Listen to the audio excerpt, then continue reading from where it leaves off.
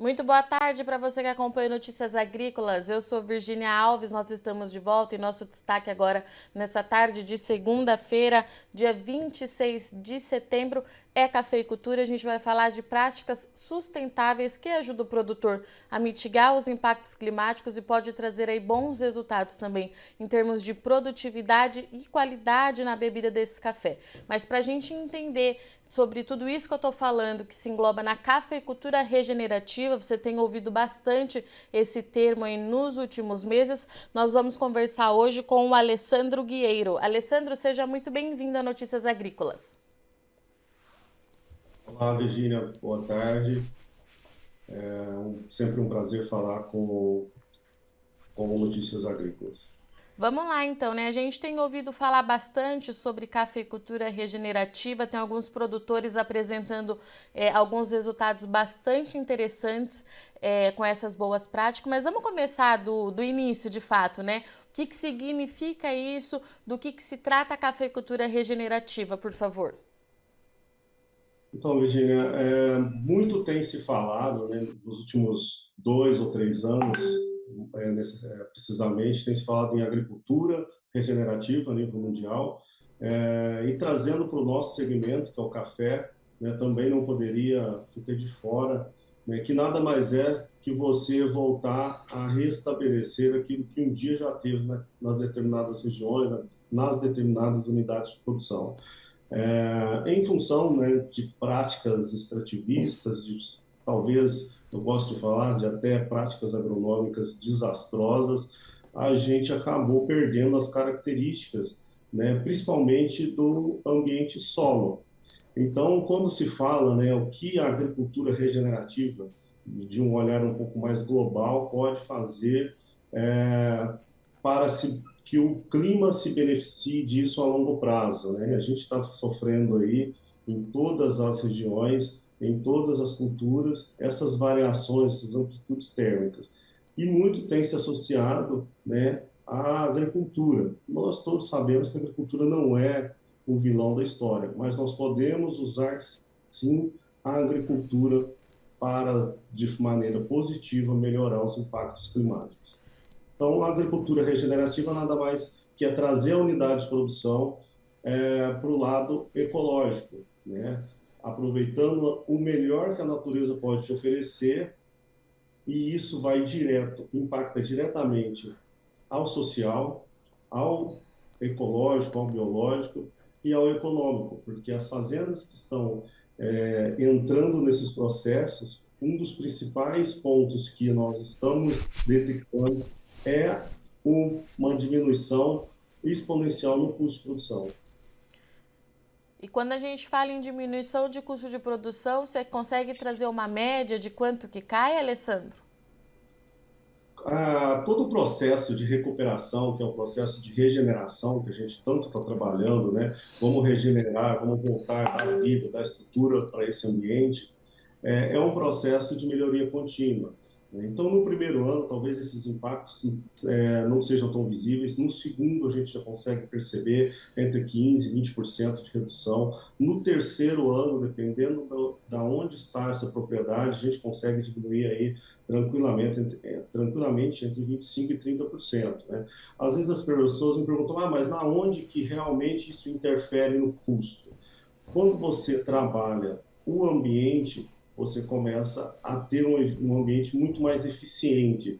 Então, aqueles volumes muito grandes de fertilizante antes utilizados e antes tinha a necessidade de se colocar, com um ambiente eficiente, você começa a não mais precisar dessa quantidade exagerada de fertilizante. Um outro ponto muito impactante no ponto de vista fitossanitário. As plantas começam, de fato, a ficar menos doentes, que é o que eu chamo que quando a gente tira o cafeeiro da quimioterapia induzida, né? Por que induzida? Porque nós é que provocamos aquilo, é, as plantas começam a ter o seu autocontrole. Ela começa ela mesma já a ter um autocontrole de doença, né? As pragas já começam a não ser tão agressivo como antes, o ambiente começa a ficar equilibrado, então a gente faz uso de uma série de tecnologias ecológicas para que isso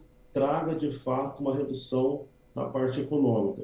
Claro que sempre, sempre, levando em consideração as regras da natureza, nunca tentando passar na frente disso, estudando cada ambiente, as limitações, né, as limitações dos produtores, não é todo produtor que consegue entrar de fato nessa linha ecológica de uma hora para outra, precisa de passar por uma mudança cultural, precisa de passar por uma mudança técnico-agronômica dentro das propriedades, até que se consiga de fato chegar a, a esses ganhos, né? Então, resumidamente, seria a melhoria contínua do ambiente, você torna o ambiente mais eficiente, consequentemente, a gente consegue fazer as reduções sem interferir na produção. Alessandro, era isso que eu ia te perguntar. Se a cafeicultura regenerativa, ela é para todos os produtores? Todo mundo consegue fazer? Ela está aberta para todos os produtores, para todos os agricultores, porque você trabalha com aquilo que você tem disponível, né? Tem regiões que têm um determinado benefício, né, que já é natural daquela região, outras não. Pequeno, médio, grande produtor, todos podem se beneficiar dessas práticas, né? O que precisa de ter uma assistência técnica capacitada, que saiba ter a sensibilidade de dar o próximo passo. O que a gente vem fazendo, e eu particularmente tento conscientizar o máximo de produtores, é que isso tudo não é uma poesia, não é um milagre. Tem muita tecnologia por trás e a gente tem que fazer bom uso dessas tecnologias. Não adianta dar um passo muito grande, querer alcançar resultados que naquele momento ainda não está oportuno. Tem que ter em mente a melhoria contínua. E isso vale para 1 hectare, 2 hectares ou para 1.000 hectares. Né? Dentro do nosso grupo de consultoria, isso é muito visível. Eu tenho produtores de 20, 30 hectares que estão no mesmo nível tecnológico de um produtor de 1.000, 1.200, 1.500 hectares. Não tem limitação, está aberto para aqueles produtores que realmente queiram fazer uso da tecnologia. E Alessandro, qual que é o primeiro passo que o produtor toma para ter essa mudança e esse período de adaptação, né? Dele sair desse método que ele está trabalhando hoje até de fato ele ter uma produção regenerativa. De quanto que é essa janela de tempo? Eu sempre gosto de levar essas informações para os produtores, de que a primeira mudança tem que ser cultural, né? O produtor ele tem que querer e ele tem que aceitar a necessidade. Estamos passando, dentro da cafeicultura, talvez um dos piores 4 anos, né? Então, são 4 anos, desde 2018, que a gente vem tendo sérios problemas com o clima.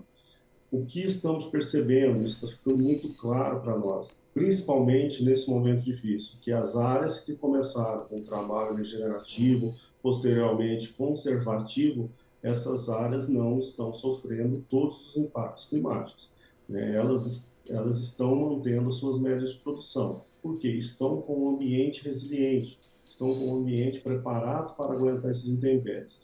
Então, o processo, por mais que seja de melhoria contínua gradativo, no primeiro momento ele é rápido. Quanto mais degradado, quanto mais ruim tiver o ambiente, mais rápido vem os resultados. Por quê? Porque quando você introduz as práticas dentro de um lugar que está degradado e começa a trazer vida, começa a trazer estrutura de solo, eu sempre falo muito de estrutura de solo, né? Dentro das faculdades se fala muito de química do solo. E nós estamos desmistificando isso e colocando mais dois pilares muito importantes, que é a física do solo e a biologia. Quando associamos fisicamente um solo perfeito, biologicamente e quimicamente, essas plantas respondem. E isso pode demorar uma safra, 2 ou 3. Depende do que foi feito nessa unidade de produção nos últimos anos. Mas a resposta é muito rápida. A gente está tendo, nos últimos 3, 4 anos, muito depoimento de produtores que sempre estão nos posicionando, que achavam que iriam demorar mais para ter os resultados, porque eles imaginam que é muito demorado. quando, de fato, é muito mais rápido que eles pensam. Porque, geralmente, quem começa é aqueles que estão já em um momento crítico, com solo muito degradado, geralmente com índice de compactação alta, geralmente com muito patógeno e nematóide, e quando insere-se as práticas, são os primeiros a ter os melhores resultados. E isso é rápido, porque você dá um ambiente bom para a planta e a planta responde. Os primeiros passos, então, da mudança, Alessandro, vem a partir dessa análise técnica que é feito em cada propriedade, é isso? Exatamente. Em uma roda de conversa, a gente consegue identificar muito da necessidade de cada propriedade. Uma visita técnica bem feita com um bom agrônomo, quando eu falo bom agrônomo, é um agrônomo que está estudando agriculturas de baixo impacto. Né? Nós temos excelentes profissionais da cafeicultura convencional, mas infelizmente ainda temos muita pouca gente que criou essa sensibilidade de analisar realmente, de fato, uma análise biológica, de saber identificar um conjunto de plantas de serviço para ser introduzido, né? Eu tenho sido um crítico das plantas de cobertura nesse sentido, as pessoas estão tratando elas como salvadoras da pátria, e não é assim. Tem muita ciência ali por trás, tem muita tecnologia por trás dessas plantas, extrair o máximo delas para que elas antecipem muito os ciclos de melhoria do ambiente. Então, de posse de informações técnicas e um produtor comprometido, dificilmente se tem problema nas execuções. Até hoje, eu ainda não tive nenhum caso de desistência daquele produtor que começou o primeiro ano, o segundo ano, e depois não se encontrou e quis voltar ao estado inicial. A gente ainda não teve isso. Por quê? O produtor, o cafeicultor, ele sabe aquilo que é bom para a propriedade, né? Tanto do ponto de vista de aumento de produção, quanto do ponto de vista econômico, né, na diminuição dos custos, melhoria da qualidade do produto final. Esse último ano tem trago muita informação, muitos feedbacks de produtores que sempre vêm até nós falando o quanto que mudou a qualidade do produto. E isso, para nós, é muito lógico, porque se você melhora a estrutura de solo, você vai ter uma planta muito melhor e automaticamente ela vai transmitir esses benefícios para o fruto no final. E, Alessandro, a gente já tem algum dado, algum número que fale sobre a produtividade desse cafeiro? Você já trouxe para a gente que o produtor consegue mantê-la, né? Mas há condições de aumentar a produtividade dessas lavouras com essas técnicas? Virginia, nesse último triênio, que nós tivemos, assim, talvez um dos piores momentos da cafeicultura no que se diz respeito ao clima, a disparidade, né, a distância das áreas conservativas, né, das áreas que estão fazendo um bom trabalho de manutenção do ambiente, para onde não estão trabalhando dessa forma, para onde estão ainda no segmento convencional, né, naquele extrativismo, na quimioterapia, é muito grande. Né? Por exemplo, esse ano se cogita aqui no Cerrado uma média próximo de 10, 11 sacos por hectare, né? Que foi diretamente impactado pelo fator clima. Então, 10, 11 sacos em talvez uma das regiões mais tecnificadas da cafeicultura mundial, que é o Cerrado Mineiro, é uma média muito baixa. As propriedades que estão conservativas, a gente tem área de orgânico aqui no Cerrado, que esse ano que está ruim, ela está produzindo acima de 30 sacos por hectare. Né? A média da propriedade está acima de 50 sacos por hectare no orgânico. Então, quando você pega isso e compara com as fazendas, com as propriedades convencionais, a distância está cada dia ficando maior. E no intempéries climático, essa distância ela vai ficar cada vez mais distante. Por quê? A gente consegue mitigar o maior problema da agricultura nacional, que é clima. Né? Por quê? Nós conseguimos ter uma caixa do solo que segura mais água, nós conseguimos ter um volume de raiz muito maior, a gente tem um equilíbrio nutricional químico muito melhor, nós temos acesso a nutrientes que uma área convencional não tem, porque a gente está conseguindo ter uma caixa fértil maior. Tecnicamente, são vários os pontos que justificam esse aumento de produtividade.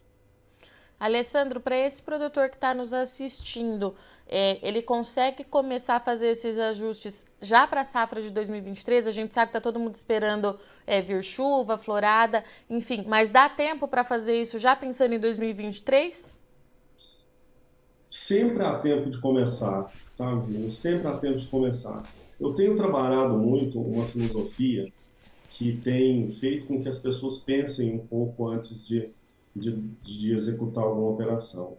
A gente tem falado muito de que a próxima ação a ser executada, ela não pode, de maneira alguma, comprometer negativamente a ação anterior. Porque quando você faz uma operação que traz malefícios em cima daquilo que já foi feito, você não avança, você não entra no processo de melhoria. Então, é muito comum, dentro das nossas áreas de consultoria, dentro das cooperativas que a gente atende, as inúmeras associações, nós deixamos isso muito claro. Antes de tomar qualquer decisão, pense, avalie, planeje. Aquilo que eu estou fazendo está comprometendo aquilo que já foi feito? Né? Será que uma aplicação de um determinado herbicida vai abaixar a população de agentes biológicos que eu apliquei? Né? Será que um procedimento, algum fertilizante que eu estou aplicando vai estar fazendo mal ao solo que eu estou cuidando? São com essas interrogativas que o produtor, o consultor, ele começa a crescer dentro da prática, porque ela é um processo de melhoria contínua e que não pode ser interrompido, ok? Alessandro, obrigada, viu, pela sua participação, pela disponibilidade aí na sua agenda. Já deixo o convite aberto para você voltar mais vezes, para a gente continuar acompanhando aí o trabalho que você tem feito no Cerrado e para trazer mais esse leque de opção para o produtor que, de fato, sentiu muitos impactos climáticos aí nesses últimos 3 anos. Até a próxima, meu caro. Obrigada. Obrigado, Cristina. Até mais. Portanto, conversamos aqui com o Alessandro Guerro para falar sobre cafeicultura regenerativa. Você tem ouvido bastante esse termo aí nos últimos meses, principalmente por conta das condições climáticas que afetaram bastante a safra de 2022, afetou a safra de 2021 e a gente fica na torcida agora para um clima mais dentro do ideal para 2023. Mas o Alessandro explicou aqui para a gente que essa prática é uma prática que reduz esses impactos climáticos, para todo produtor, mas é preciso fazer uma análise bem profunda do sólido para entender onde é que pode avançar e o que precisa melhorar em cada propriedade. É um compilado de informações muito particular para cada fazenda, mas é uma alternativa aí na mudança de manejo para o produtor mitigar de alguma forma os impactos climáticos. Com relação aos custos, que subiram bastante nesse último ano, o Alessandro trouxe para a gente que o número também é positivo. Pode reduzir em até 30% lá na terceira safra de mudança, né? A partir do momento que o produtor faz essa mudança para a cafeicultura regenerativa, ele já começa a sentir uma redução de custo e lá no terceiro ano essa baixa pode chegar a 30%. Em questão de produtividade, ele trouxe para a gente que as lavouras do Cerrado Mineiro, onde essa prática já está adotada há alguns anos, sentiram muito menos os impactos do clima, com uma média aí de 30 sacas por hectare, enquanto a média ali do Cerrado para esse ano está entre 10 e 11. É um número bastante significativo e a gente precisa continuar acompanhando de perto, porque o Alessandro trouxe aqui para a gente que a cafeicultura regenerativa tem muita tecnologia por trás disso. Então a gente precisa se atualizando e a gente vai buscando as informações para você, tá certo? Eu agradeço muito sua audiência e companhia, mas não sai daí que o NA já volta, é rapidinho. Participe das nossas mídias sociais no Facebook Notícias Agrícolas, no Instagram @Notícias Agrícolas e em nosso Twitter @Notiagre. E para assistir todos os nossos vídeos, se inscreva no YouTube e na Twitch Notícias Agrícolas Oficial.